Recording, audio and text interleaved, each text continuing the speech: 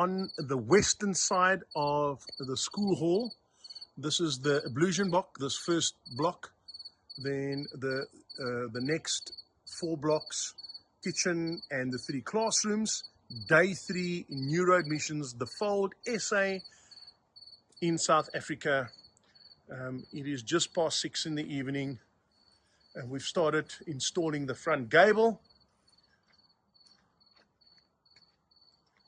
Sorry for the late video, but we've just finished. Guys are off the site. This is the roof structure that needs to be installed still.